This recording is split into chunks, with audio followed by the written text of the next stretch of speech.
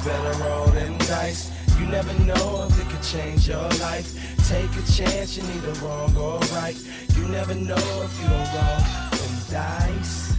You better roll them dice. You never Good know morning, if Matt. it could Hey, change your Rob. life. Welcome everyone back to Dungeon Master of None. Like you said, I'm Rob, here with my dear friend and co-host Matt. And Matt, what are we talking about today? Well, today we will be accumulating, accruing interest, exchanging for goods and services, and RPG fun metacurrencies. That's particularly the ones the DM uses. That's right. We were talking about metacurrencies, and this is not how to maximize your earnings on Facebook Marketplace. No, this is little tokens, little shits or bonuses, little things that you can use, your players can use to affect the game state, influence the motion of the narrative, ways to sort of, for lack of a better term, gamify certain aspects of running and playing the game. These are, in my experience, controversial. There are no, well, there is one, and it's not important, but there's no, big metacurrency in Dungeons and Dragons. There are big metacurrencies in games like the Fate RPG. There's metacurrencies in Modiphius Games and Shadowrun and Cyberpunk and a few others. But as it turns out, not everybody loves these additions, loves to use them. I think some GMs find them to be frustrating in how they influence their ability to GM.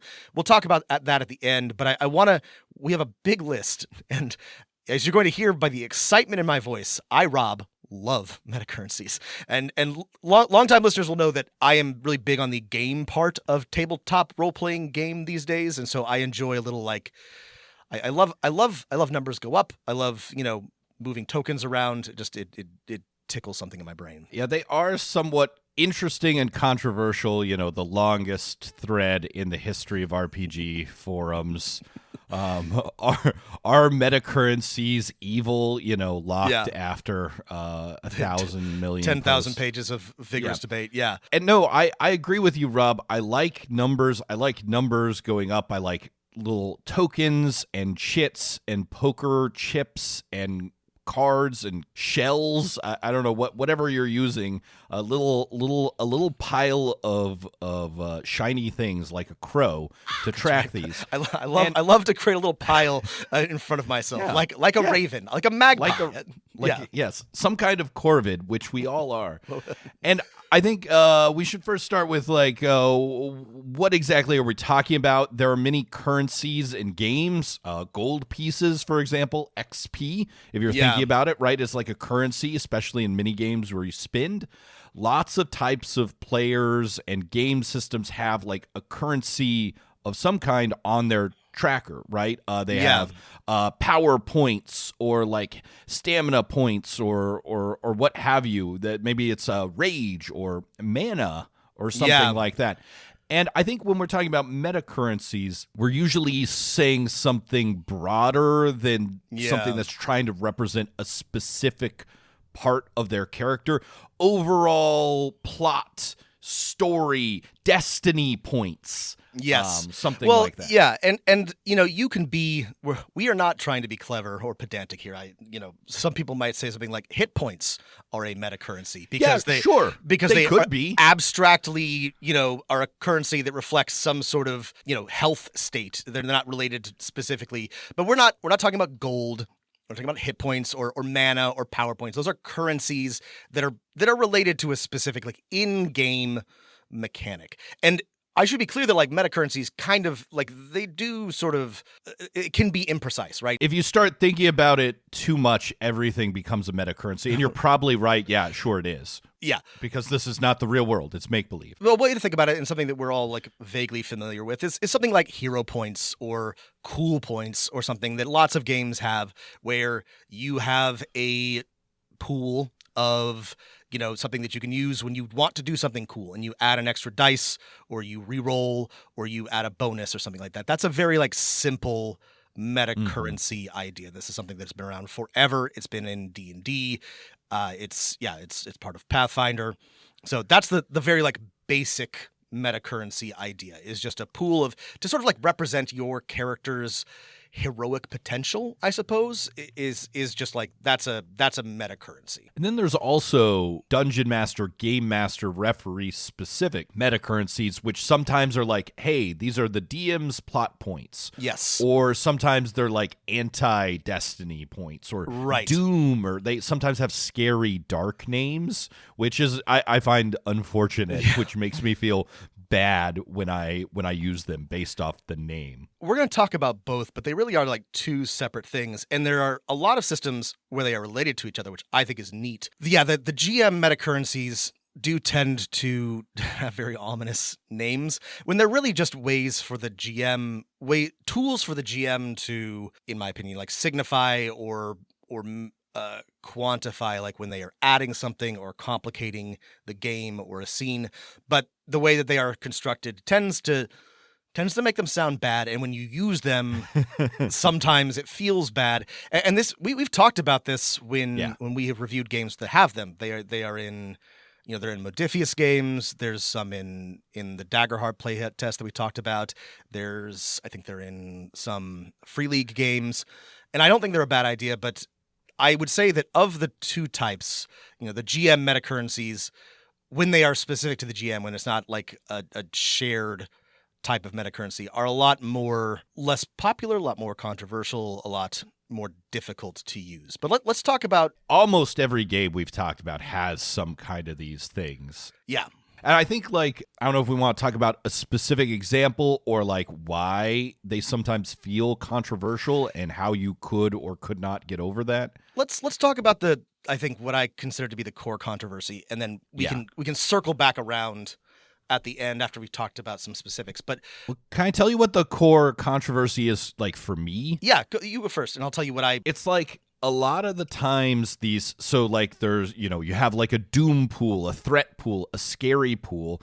Often I sometimes forget about it because spending the points is for things that I would do anyway. Okay, let's say you're having a dramatic escape and then more guards show up, or one of the shuttle's engines goes out or something like that.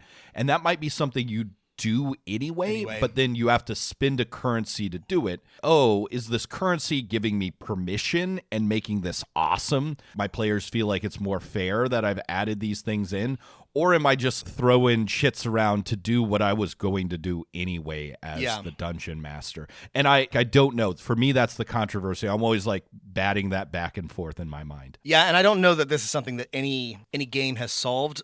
We'll talk about it in a bit, but this is one of the things that I was really impressed by in the Daggerheart playtest, and we'll have to see how it plays out. But there are specific rules about what the GM can do that are related to the metacurrencies in question and to the actions that players take. I think a lot of people are going to find this very constraining because the thing I was going to say is the sort of primary complaint, the big problem with GM metacurrencies is that most GMs are used to having more or less unlimited control. And that is by design, but it's also a cultural thing. Most GMs are going to be, I say this with full self-awareness, the most control freaks, the most anal retentive out of the group, and they are used to being able to run the game as they see fit. And having to engage with a tool or a currency to do so, I think can sometimes feel constraining. I think a lot of people also feel frustrated when they are reminded that they are playing a game. I mean, I don't mean this in a bad way. I think a lot of people I do understand that. Want to just really lean into the fiction and the role playing. And so if you step back and you're I'm going to burn a metacurrency to change this thing about the narrative, which is something that exists for players in a lot of games, and I think is fun. I sorry to get really big picture. I am always aware that I'm playing a game. I'm always aware that I'm telling a story, and I like thinking about story as a structure, which is one of the things that I love about Blades in the Dark. Blades in the Dark is explicitly you are running a heist, and here are the story elements, the flashbacks, the dramatic escapes, all of this. You are trying to tell a cool story. This is another thing I like about Fate, for example, is there's the idea of the director, and you're encouraged to think of, you're not actually being in a TV show. Brindlewood Bay is like this, but like, Yeah. to sort of like think about the narrative. But this is, I think, why some people don't like metacurrencies, is because it's sort of like a reminder that you're not inhabiting, you're not fully inhabiting that role-playing moment. You are telling a story. And that, I think, is just like a difference in play style, but I do understand like why some people might not love that about metacurrencies. Does that make sense? Yeah, that does make sense. And like, don't get it twisted. We're not saying you have to have a metacurrency to be a good DM or to run a good system. Rob just mentioned a game right there, Blades in the Dark, that I think you could argue probably doesn't have a metacurrency. I guess you could say stress. I guess you could say the Devil's Bargain is a little like one, but it's almost not. It feels less meta and more diegetic. We play lots of games that don't have metacurrencies, have a great time, right? Yeah. But so many systems have them. We thought we would try and work through our feelings on them and give you some advice. So yeah, that's my controversy. Is it's usually just like in my head, and I don't think it extends to the table.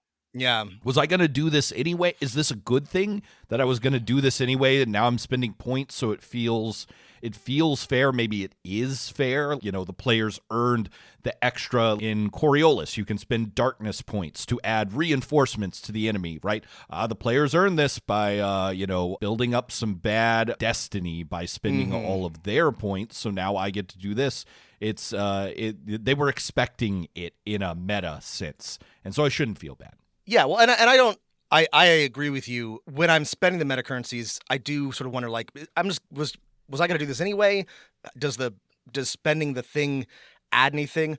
And maybe that's a good thing. If you're feeling like I was going to do this anyway, it's fine to have this this pool in front of you. The cool thing about it, I guess, is even if I was going to do it anyway, if I'm like, I'm going to burn a doom point, or I'm going to spend a fear point, or whatever, the players know, oh shit, something's going down, right? That signals to the players that I'm spending my resources to sort of up the ante, to increase the intensity of the scene.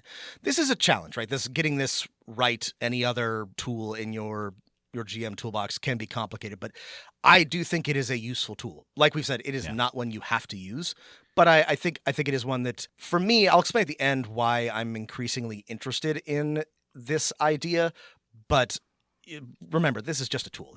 There are a lot of systems that have it. They're mostly optional or like tertiary. Like, there's not something that's like, for some of them, they are like core to the system, but for many systems, they're just sort of like a cool added bonus. Well, do you have a controversy, a mental block in your mind that prevents you from channeling the one source of the metacurrency? I do, and I need a sidear channeler to help unblock that knot. But in the absence of one. I'm looking forward to seeing you fill up with the power, Rob. Let's talk about some specifics. Let's talk about one of the easiest ones, right? Let's talk about like a very, very basic one, and we're not going to spend a lot of time talking about it because it's incredibly simple, which is D&D's inspiration. And we an astonishingly simple idea. Your players can get inspiration, and D&D is not great at telling you why or when, but it's just an extra D20 that they can use to spend on any roll. Roll 2D20, basically give yourself advantage one time. It, in my like classification of metacurrencies, is like on the far end of the spectrum of it's basically the equivalent of luck or reroll, right? Just to do better at a specific point in time. And then it's also on the far end in that it's completely player focused. There's no metacurrency for the game master. This is an incredibly like low impact. Also, like, it's not very like, it's barely meta at all. It's only meta in that it's not like assigned to any sort of like mechanic or stat, and you can get it for. I mean, you can get it for bringing snacks. I mean, the game doesn't really like tell you like how to give out inspiration. So it's also like not very powerful. It's just giving you advantage, which you can get from like all kinds of things. But as an idea, I think it is a very useful and simple introduction into the idea of a metacurrency. And I give out inspiration pretty liberally at my tables. We'll talk about implementation later, but an issue with inspiration is because you only have one.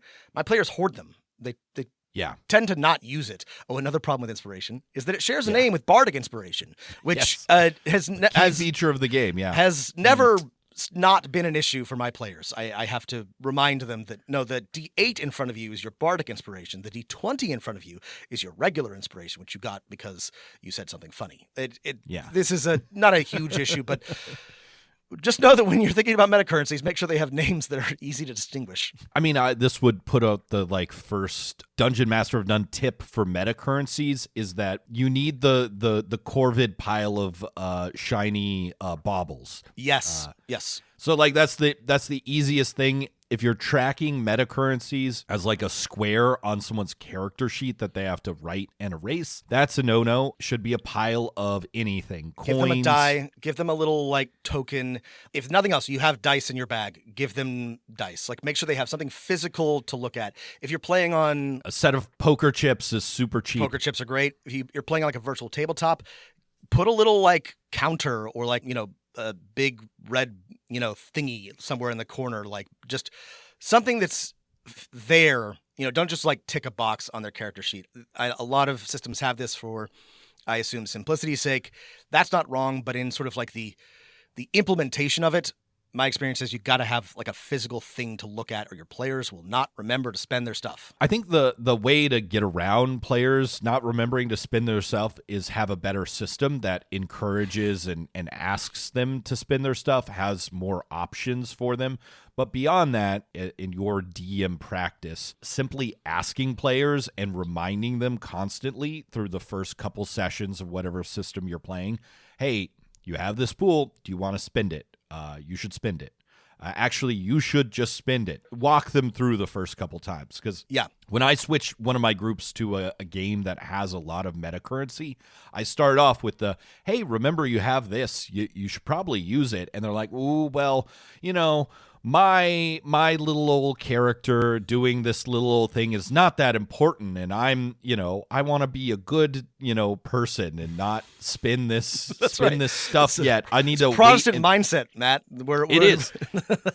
It is. If your players are Protestant, first of all, quit and think about what you've done. Do a pilgrimage to Salamanca and in atonement, and then. But then secondly, move beyond just asking them to being like, no, you should go ahead and spin this. You cannot wait until another character's life hangs in the balance, which I think is for some players when they're first presented with magical things that help them succeed or something like that. They're like, I'm not going to spin this until one of the other players is going to die. Yes. Which this is GM tip 1.5 for metacurrencies is this is not a hands-off thing, especially if your players are used to playing a game without metacurrencies.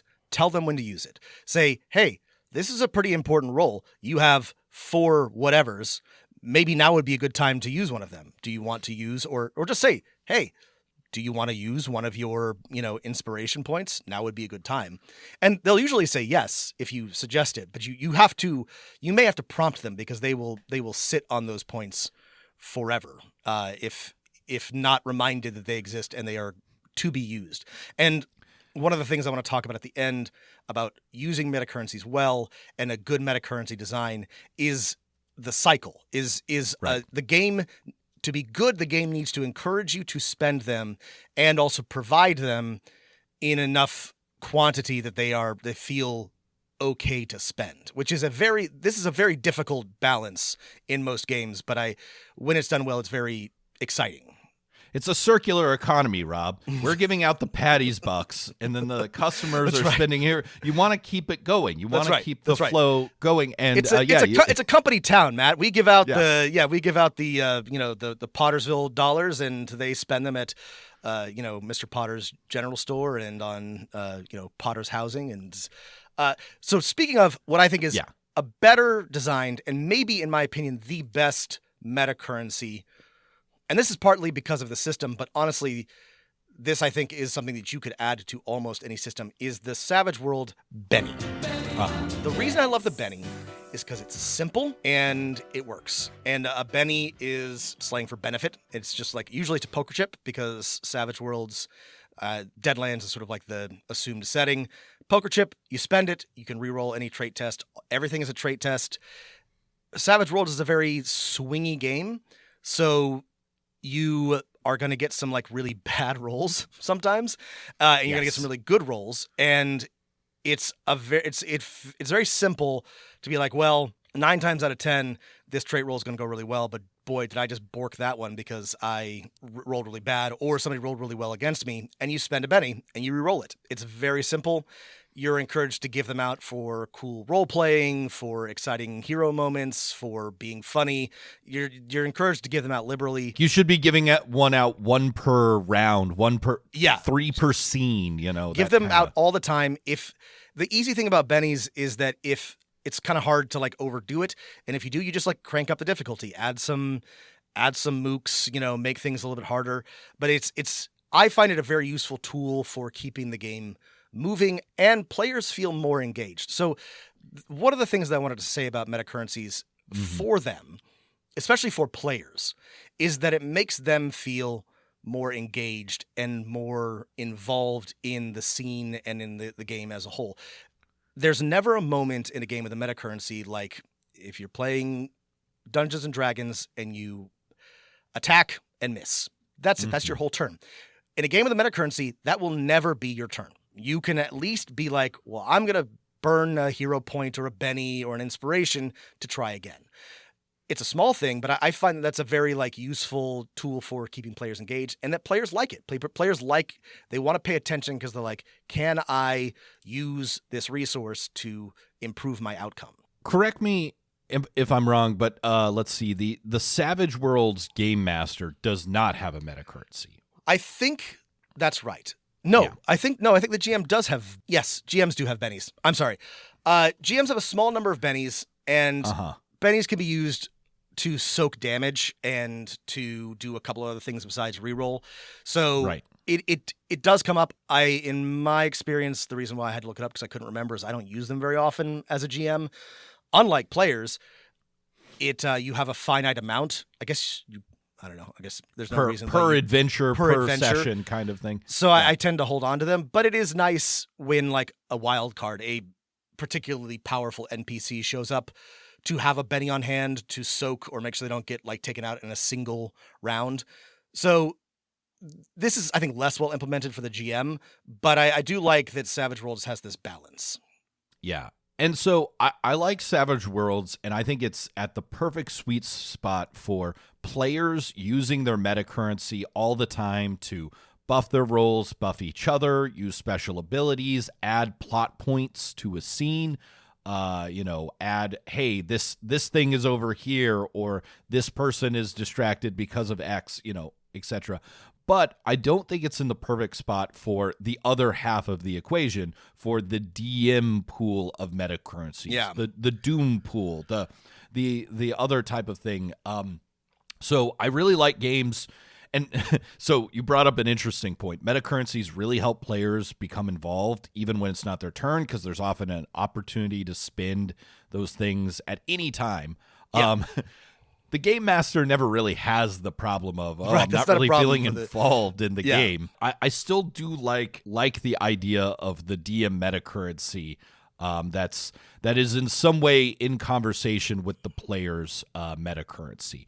One useful thing about it is, so sometimes, the DM metacurrency can work in like a couple different ways. Sometimes it's just like an opposite pool. Like whenever a player spends a power point, the DM gets an anti-power point. And so it's a push and pull. Sometimes, like Rob said, the DM gets a set amount. Maybe for every player character, you start the game with one. Sometimes it's a complete escalation thing, like in Cortex Prime or something. The threat level starts off low, it gets high until the threat is resolved, and then it goes away, right? So it's just things get worse for you as the story progresses. Any of these are fine. Sometimes they're unconnected at all to the concept of session or adventure. Sometimes the DM doesn't actually have a pool, but they have things they can do where you're giving players their metacurrency when you do your action, so there's nothing for you to keep track of. Or maybe you're giving players XP, right? You give players XP whenever you do a thing. I like it when it's not just tied to the DM can spend a meta currency to make your gun jam. The DM can spend a meta currency to have an enemy re-roll their defense dice. I like it when the DM can spend a meta currency to add a complication. Actually, there's trinimbic interference, and you can't use your ship-to-ship transporters anymore. I do think the better use of them, just spending them to do something annoying like, your gun jams or you trip or something, is a lot less interesting than, you set off an alarm or there's, your communicator stops working or works inconsistently or any number of more interesting complications rather than just like fuck with your players. I think that's a more interesting use of a meta currency. One of the sweet spots that many systems from, I think Fate is probably the best example and maybe the first to do it, is that combo of those things of like fuck with your players but give them a deal, right? And that's the like compel, the force the deal, where you say, actually, the villain is going to capture you, but you gain this. It could be you gain meta currency, you gain XP, and it's like a thing where you're like asking your players to trust you, to have that setback in the story imposed artificially in order to make a more dramatic scene. And usually it relies on picking a specific aspect that the players hold dear about their characters. Like, I would never betray an innocent. Well, all right, well then you're going to have to accept this escalation of this scene, right? Right.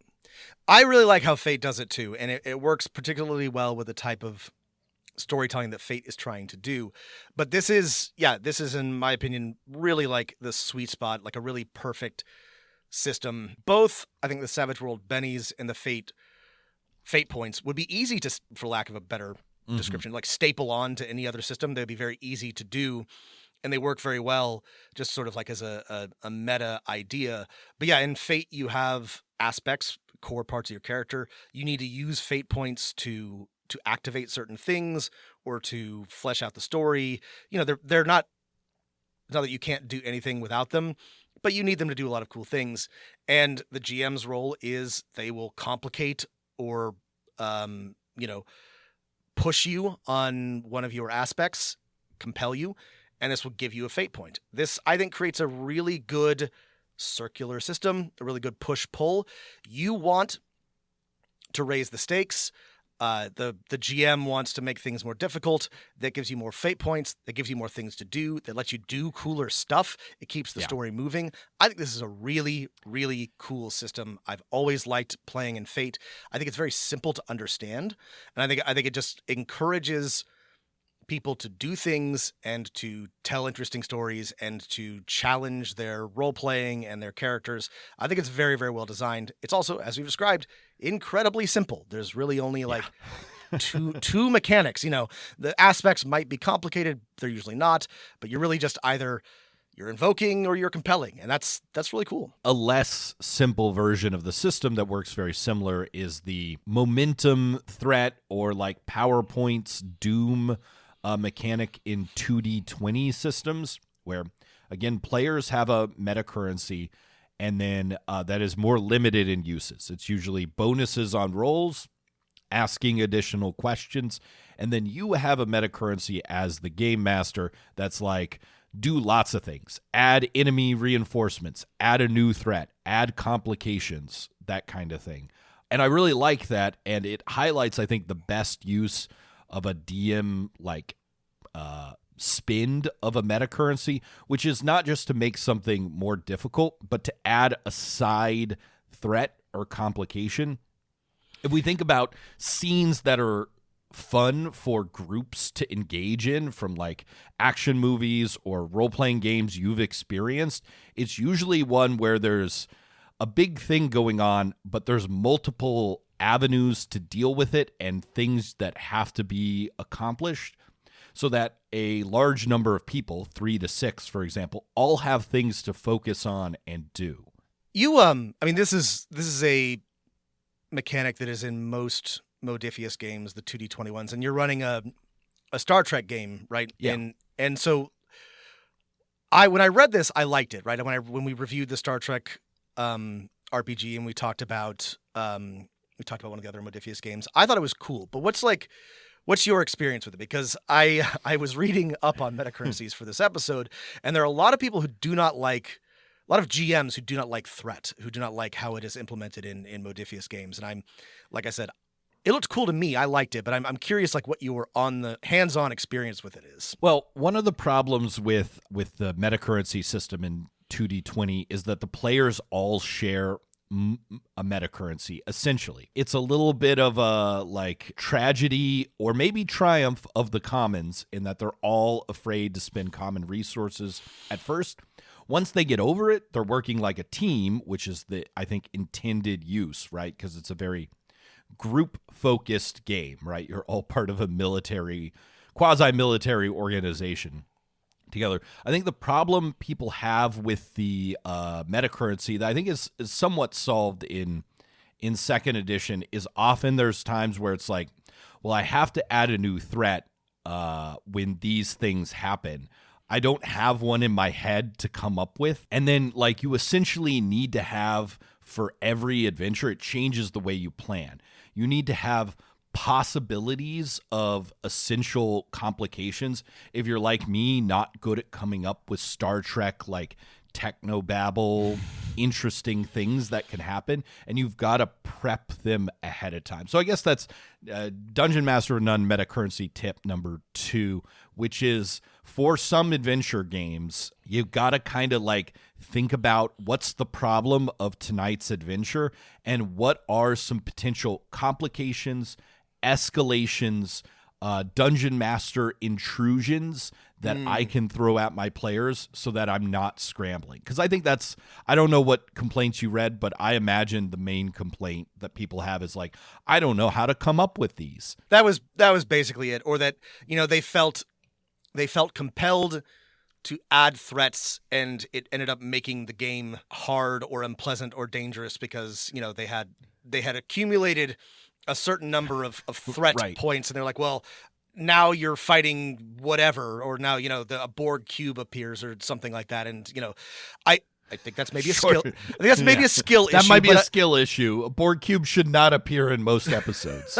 I understand the sort of like, as a GM, like maybe this might be frustrating if you haven't prepped, like Matt said. What do I do when I have a surplus of metacurrency? Like, what are some complications or threats or challenges that I can add so I'm not just like, I don't know, your warp core explodes or something, it's like, so you have like an appropriate, like a level of a list of things to draw from.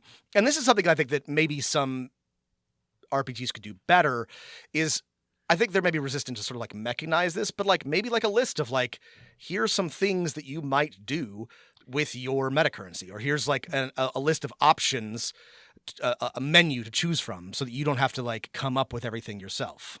Yeah. And I like to think of it, and this is not specifically in the advice as far as I know to the Modiphius systems like Dune, Imperium, Conan, Star Trek, but is to come up with a list of like GM principles a la Powered by the Apocalypse. So, for Star Trek, some of the like, Apocalypse worlds ones might apply, like separate the players, right? That's something that happens very often in kind of serialized sci-fi TV shows, yes, right? Escalate, pose a moral quandary. Like, so using threat to introduce something that's like, well, here's the quandary here that the players are going to have to debate and decide to do, right? Mm-hmm. But it can also just be like simple things like, here is, escalating this where it cannot be overcome by simple force of arms. I think that's a really good idea. Yeah. Have some guiding principles, which will help you decide like what to do with your metacurrency. One other system that I really like, that I'm interested in is Daggerheart, and we've read the playtest, and so we need to see sort of like what the final product looks like. But the core mechanic is not unlike Modiphius' 2d20. It's 2d12, and you have one die that is a hope die and one die that is a fear die, and you pick whichever one is higher for your roll. If it's hope, you mark a hope. If it's fear, your GM marks a fear. I think this is a really neat system. I have to see how it plays out. The hope is all the other metacurrencies that we've discussed. I don't think it can be used for rerolls or something, but it has. Yeah, it's often an actual currency. Like you need it to power your spells or something like that. It's a bit less meta. It's less meta. It's used for some like actual character things. The fate or the fear currency is a little bit more meta. It lets completely meta. The GM activate. I think it does let them activate certain like monster abilities, but also like add monsters or increase danger or any number of things. This one for me. I want to see some like play testing personally, and just sort of to see how it plays out because it's a little different from what we just talked about. If it works, I think that's pretty neat. I think that's a pretty like fun idea, and in my mind, it's kind of cool because these are just generated by play. Like every time you roll, you're going to generate a hope or a fear. And this has a chance of really like changing the dynamics of a session depending on how your rolls go, which to me, I think is fun. For a lot of people, I think maybe that might be frustrating. If you were a GM and I don't know, you have a certain plan that would require you to have a certain pool of fear or, to be able to do all of these things, that might be frustrating. I think that's, leaning into sort of like the randomness and the chance of it is interesting, but this is different than some of the other current metacurrencies we've talked about, and also sort of hits on that frustration that I think a lot of people have that I talked about at the beginning. Like I said, we have to see how it actually works in play and what the final rules are, because that part of Daggerheart was not fully fleshed out. But I think it's a really interesting idea potentially. In my playtest, it solved one particular problem, which was players using their metacurrency because it's not completely a metacurrency. They need it to do some of their basic things.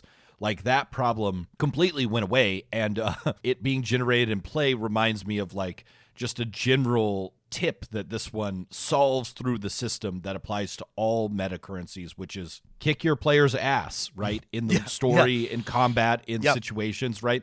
If you're using your metacurrency to throw lots of threats at them, they're going to need to use their stuff in a cool way to get out of it.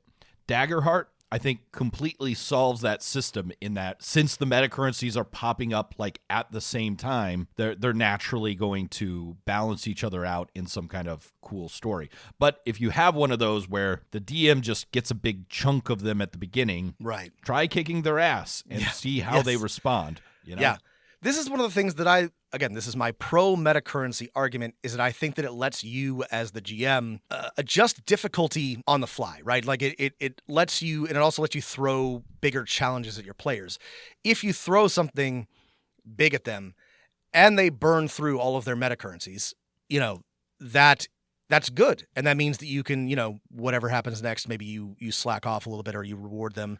But like if you get the balance wrong in something like a regular D&D encounter, or you want to like throw something a little bit more dangerous at them that they might not be able to handle, that can go wrong in a way that they don't have like any tools to deal with. So I think this is, like I said, this is one of my arguments for a metacurrency, is that I think it lets you do cooler things as a GM and throw bigger and more exciting challenges at people.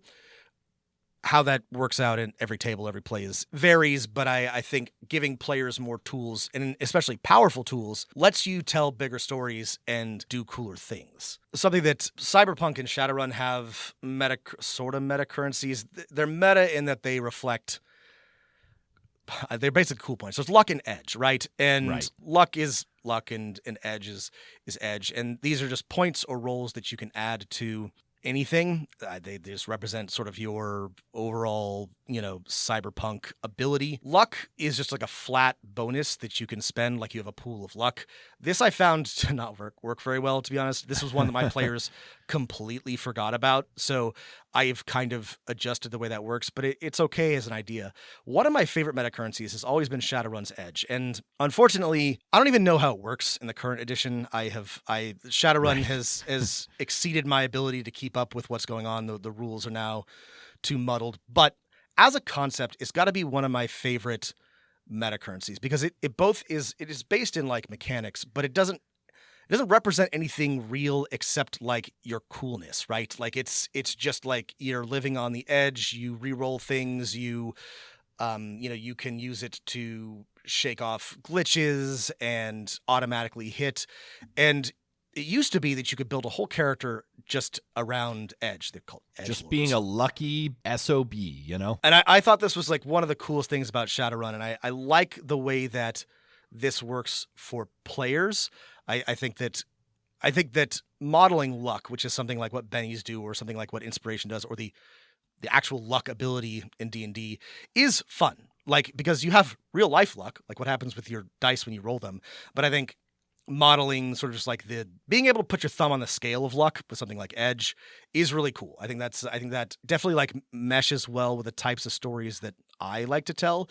And I think it like makes players feel cool to be able to live on the edge, to just do something cool. I like Edge. Correct me if I'm wrong, but like under the most recent editions of Shadowrun, it goes all the way to like you can kind of manipulate anything about yourself, like soaking damage, automatically hitting, but you're not allowed to manipulate the environment with Edge. I think you that's can't right. spend Edge to be like, actually, there's a bunch of propane tanks outside the compound or something like that. So it's not a full metacurrency in that it doesn't let you manipulate like the narrative or the environment, but Shadowrun if it is had that, more grounded game. Yeah. That's what I would want. I don't know. Do you ever have, if you're ever playing a game where players can not just spend it on themselves, but like spend it on the environment, add to the story? Do you have trouble getting players to use those points or Yes, something like that? Yes, I do. This is a big mental jump for most of my players, and there are lots of games. Like we've mentioned, this isn't a metacurrency, but Blades in the Dark has a lot of like, you can manipulate the environment, you can do these flashbacks to change the narrative. Players sometimes struggle with the idea that they too can be in the director's chair. Once they become comfortable with that, I think that's very exciting. But this is, I think, a big step for a lot of players that are used to just playing D&D, for example. But sorry, what's your tip for how to work with this though? I think my in for this is tapping into players' natural sneakiness, tomfoolery, weaseliness. Yeah. Right? So I think we've all had players who are like, well, we're attacking them with the sun behind us. I think that should give us some kind of bonus or something like that. Or, it has been raining, so these goblins' bowstrings might, kind of be wet. Maybe you should take that into account when they're firing. It's like this is a good point. Yeah, it's dark outside. He's shooting me. I'm my hair. I'm wearing a black cloak. I'm wearing my hair is also black. It's like anything they can get to get a bonus. Players are good at fishing for bonuses, Right. and they are used to that. So just get them to shift that thought to fishing to how do I manipulate the scene to achieve that effect. Yeah. Tap into that. It's like, players like, it's cold. I should be able to overcharge, on this planet, I should be able to overcharge my laser rifle, and its heat dissipation should be, I'm like, yeah, perfect. Spend a metacurrency to say, hey, we're creating this trait, that the extra cold ammonia winds of this planet allow any energy weapons to function at a higher rate. And for the rest, this will apply to you and for the rest of the scene, for the rest of the party. And then you're like, you've in fact encouraged them to spend their metacurrency that's making an intrusion outside of their character in a way that not only gives them the Weasley bonus they were asking for, but provides it to something even bigger, provides it to the entire party, the entire scene. Yeah, I think tapping into their weaseliness can then lead into their desire to manipulate the entire thing, right? And, remember, these are always a negotiation. Right. Some kind of compromise, it's a great time to say no, but, especially if, they're asking every single time, well, are there some large oil drums or propane tanks or something right next to the thing we're going to? Okay, not this time, but there is. What else? Come up with something else. What about this? It's also like a great way to just, like we said before, keep your players engaged, keep them invested, and also maybe train them to do some GMing themselves. Like they're going to be thinking more about the environment, thinking more about the scene, trying to picture it and embody it beyond like, what is my character doing? This is I think this is one of the things that I like about Metacurrencies, because we are playing a game and there are meta considerations. You know, you even if all you want to do is really just like sink into embody your character, you're still in a scene with other people. You're still collaborating to tell a story, and it's important to think about those things, and it's important to engage on that level. My last kind of tip for using these as the dungeon master is, and this doesn't apply to every role-playing game, but I know you and I, Rob, really like when we do a session that has a beginning, some kind of climax, and then like an end, like an episode of television. Yeah. And I think this tip applies to games that are specifically like that. So maybe not your dungeon crawl, right? Yeah. If you've got the meta currency, use your meta knowledge of real world meta time to be like, all right, hey, what time does everyone have to leave? Okay, in an hour. Okay, it's time to move to the climatic scene. You can use that meta currency to make, whatever situation is next, that meta climactic thing by saying, spending your doom points or your threat points to be like, and then the big boss arrives with his cadre of mooks, and then, the thing goes on the fritz. It's time. You've got to like get out of here. Use your doom pool to create the climax that works with the time that you have in the real world. The metacurrency contributes really well to a climactic moment, right? Like a big fight or a tense confrontation, because you're spending all of what you've got as the GM, and your players are encouraged to spend everything that they've got, because I think in 99% of cases, these points do not carry over. So there's no benefit to hoarding them. And that's great. Like if you were trying to tell sort of like an episodic arc, which I think many of us try to do, and I try to do. I want there to be a beginning, middle, and end. There's continuity, but have a big climactic moment and encourage your players to spend what they've got and spend what you've got, so that they know that it's time to do so. Yeah. When the points don't carry over, that is the game system trying to tell you, spend them tonight to make that, rising, falling action. Yeah. I want to talk to you about what I consider to be the granddaddy of all metacurrencies, because I think that it is insane. The U.S. dollar. Insane. The fiat currency. It's not real, Rob. It's not backed by gold. It's not backed by silver. Greatest metacurrency of them all, which is Burning Wheels Artha. So bear with me, because this is a single metacurrency in 3 parts. So Who Artha is Artha? Is a Sanskrit word meaning power or success. In sort of like you gotta love Burning Wheel for just high pretension. These nerds. I do love it, but it is cool. They are nerds. It's power, success in sort of like a community context. And there are 3 types of Artha: fate, persona, and deeds. And each of these relates to, so these have mechanical but also meta considerations. So fate is rewarded for using your character traits. These are actual things on your character sheet. They're not unlike fate aspects or something like that. So if you activate one or use one well, you get a fate point. It's kind of flipped from the Fate RPG. Yeah. In the Fate RPG, you need to spin stuff to activate your stuff. In this one, you get it for doing your for doing your traits. Or if there's a moment where like the team really needs a specific skill, and there's like a billion skills in Burning Wheel, and you've got it, you get a fate point for that. So as designed, and this is explicit in the RPG, you get a lot of fate points. Fate points. Fate Artha compared to the other 2. You get a lot of it, and you can spend it more generously. The second type is persona, and persona is earned for story things. So for driving the story forward, for embodying the mood of the table, giving a rousing speech or telling a great joke at the right time. This is one that's really common to a lot of RPGs. You get a point for embodying your character, especially when that's like not the optimal move, or it creates a complication or a hiccup for the story. Like, games love that, and I honestly love it too. I think that's a great use of a metacurrency. Yeah, to encourage you to role play, even when it is not the like best thing to do in that moment. Like it rewards you for doing something complicated or challenging. I think this is a good thing to have in any RPG, but this is one of the things I love about Metacurrencies is that it sort of passively encourages good role playing. And there's also goals that you have in Burning Wheel, character beliefs that you're trying to accomplish. When you accomplish one of those, you get a persona.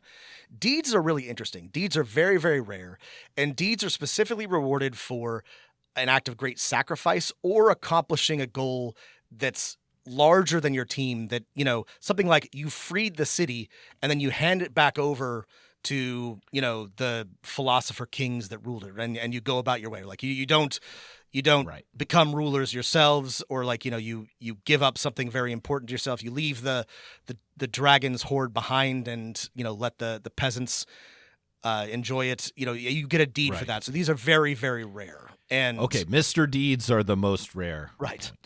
Yeah. So then you can spend these things, and you can spend Fate's the most common one, exploding a roll, making your 6s reroll, or just ignoring some wounds.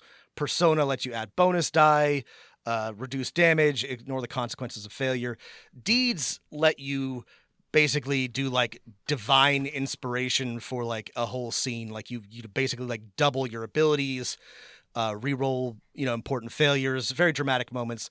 And if you have a bunch of these, you can spend a certain amount of all three to have an aristeo, which is a Greek word for like a moment of triumph, a big, like they're in the Iliad a bunch, like a big like hero moment where I think you drive your spear through their shield and their breastplate and their like. That's exactly right. Yes, 11 layers of hide into And it gives you basically like it doubles all of your character bonuses for like one scene. The cool thing about Artha, I thought all that was cool, but the other cool thing about Artha is that every time you spend it, you improve the ability that you spent it on, or you sort of like move it toward an enhancement. And this is complicated. It would take a long time to explain how this works in Burning Wheel. But what I like about Artha, these are all awarded at the end of a session. Some of them are automatic. Like you use a trait, that's easy, here's a fate point. But then the players will decide, well, did X person role play particularly well? Did they embody the table? This creates some bookkeeping that in our games when I played this, I didn't love, but it was fun to sit down and talk about like what went well, who did a good job, who role played really cool, and then hand out deed, fate, and persona. And what I like about Artha and what I like about the best Metacurrencies is that it's that flywheel, that, you know, virtuous cycle that I talked about. You're encouraged to use them. You're encouraged to earn them. You're rewarded for play. It keeps the thing going. This is what I like about Metacurrencies is they encourage you to play. They encourage you to take risks. They encourage you to not hoard your resources in both like metacurrency resources, but also like actual, like your hit points, your wealth, whatever. Spend it, because then you'll get Artha. Take risks, because then you'll get something for taking risks. This is my sort of like big picture argument for Metacurrencies, why I like them. Because in my experience, the biggest problem with players as a whole is that they are nervous, as they are afraid to fail. They are afraid to die. They are afraid to have character consequences. And so they are... And they're maybe not great at writing a story on the fly. That's right. Difficulty coming up with complicated or difficulty doing challenging role-playing things. And having a metacurrency, any of the ones we described, I think removes a little bit of that tension, right? Having a little token, having a little like thing to spend, I think makes it a little bit easier. And in my experience, it has. And that's why, even though they can be controversial, not everybody is a great role player. Not everybody is a big risk taker. Not everybody is confident, both in like role playing, but just like playing a game. Like, so I think this really like helps ease that difficulty. It sounds like what you're saying is that Burning Wheel is its systems metacurrency are really good at creating long campaign story arcs for your players, as opposed to hey, you get these at the beginning of the session, you spend them by the end because they go away. These are longer character arc things. This is the downside perhaps of Burning Wheel Artha, is like, unlike everything else we've talked about, or upside.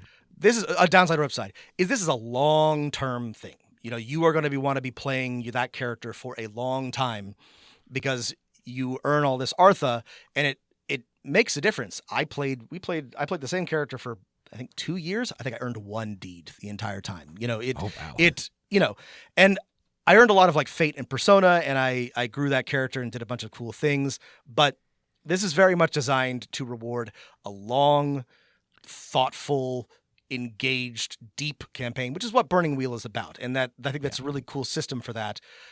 You're right, though. But this is a great example of how metacurrencies can encourage a type of play.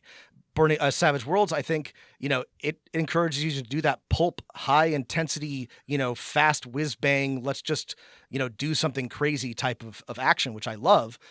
On the other hand, Burning Wheel encourages you to really like get into your character, to do challenging things, to create complicated situations, to perform acts of sacrifice over a long period of time. Like the flip side is games without metacurrencies. Like we were just reading for our last episode, some more chapters from the 2024 Dungeon Master's Guide, and there's all this advice on creating character arcs.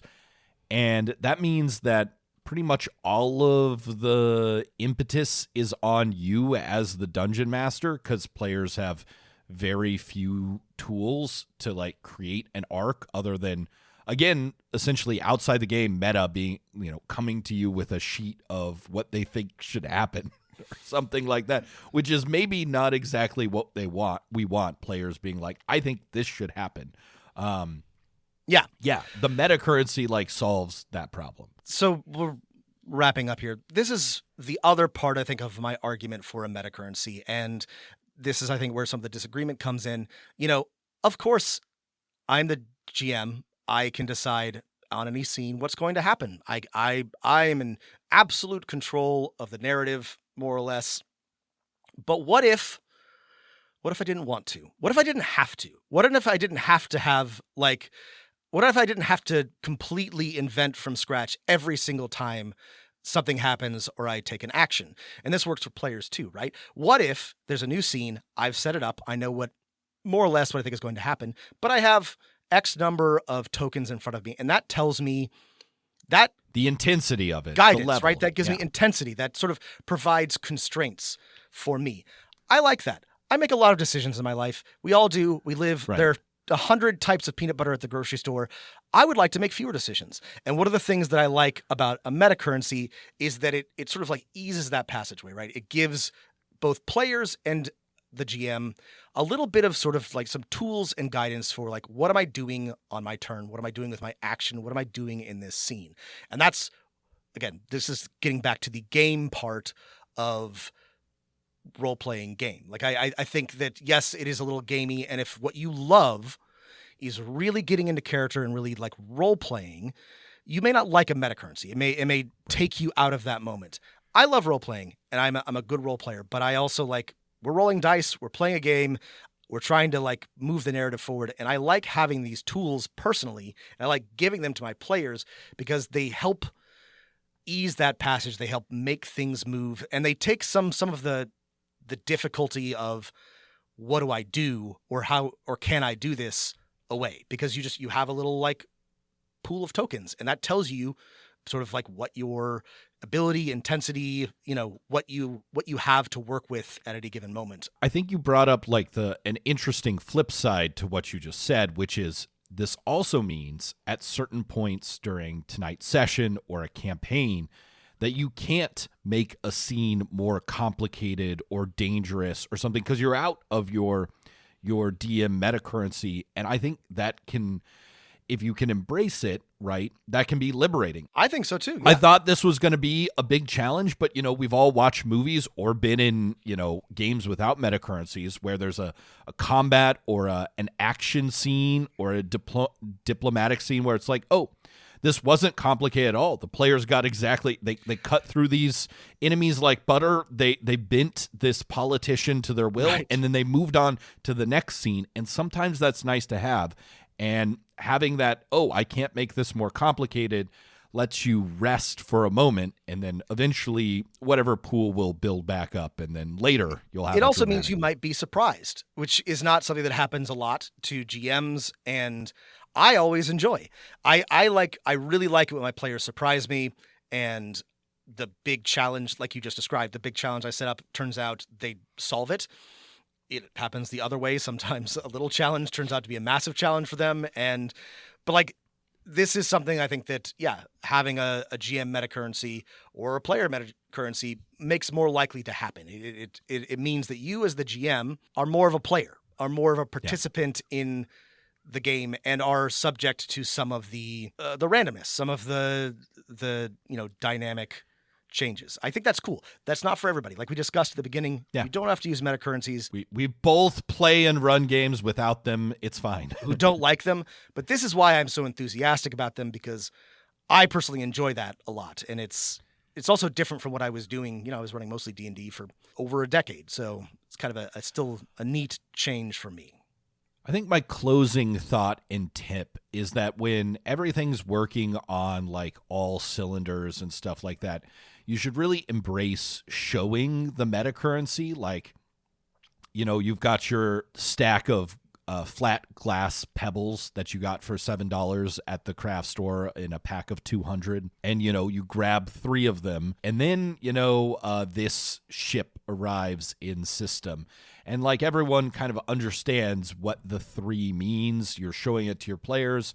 It's fine. Like we're all part of this shared fiction. And don't be afraid to show your metacurrency to your players, right? Yeah. Just having that stack in front of you lets your players know when they can get away with cutting through the enemies, like a hot knife through cold, but a cold knife through hot butter, a warm knife through something. A plasma knife through ferrosteel. That's right. Plasma knife through ferrosteel to show your players, things are serious. There's a big stack of doom in front of us. That means that the enemy superhero team, when they show back up, they're super powered now, and they've gotten the evil injections, and they're ready to kick our ass. My main piece of sort of like closing advice about this and thoughts is this goes in both directions, but the main problem that I've encountered with these is just remembering that they exist and remembering to use them. And for your players, this means just give more. Give more and tell them, burn a Benny, spend an inspiration until they get used to using them, because if you do not train them on this, they will forget to use them. And the one thing the metacurrencies don't do well is if they're not used, they're not very interesting. And so the main challenge is remembering to use them for you or for them, and making sure there's enough generated to encourage them to do so. And in every case, I have just leaned on if it's something that you as a GM can do as fiat, just give more. Just give more until your players feel comfortable spending them on whatever they want. Yeah, I think just getting your players being able to kick their ass, making things challenging enough. I often find, maybe this is not for everyone, but often with my players, they build characters and they work as teams enough that very little in the game system is written can be quite challenging unless we're playing like basic edition D&D.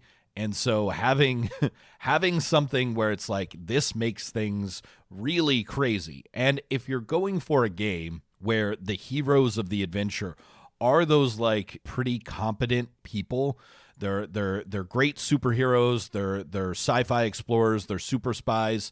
They're not going to fail at a deception check or shooting someone with a sniper rifle from 1,000 meters away, unless that person is on a glass elevator that's free falling, or whatever.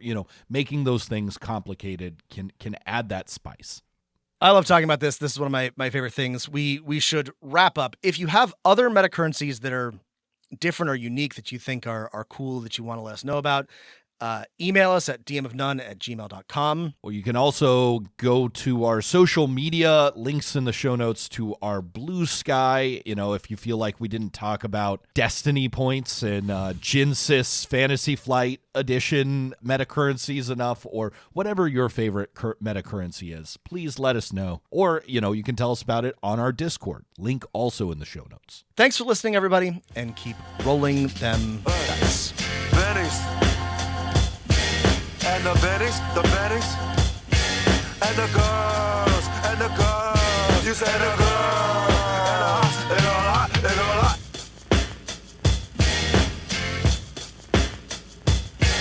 And the bennies,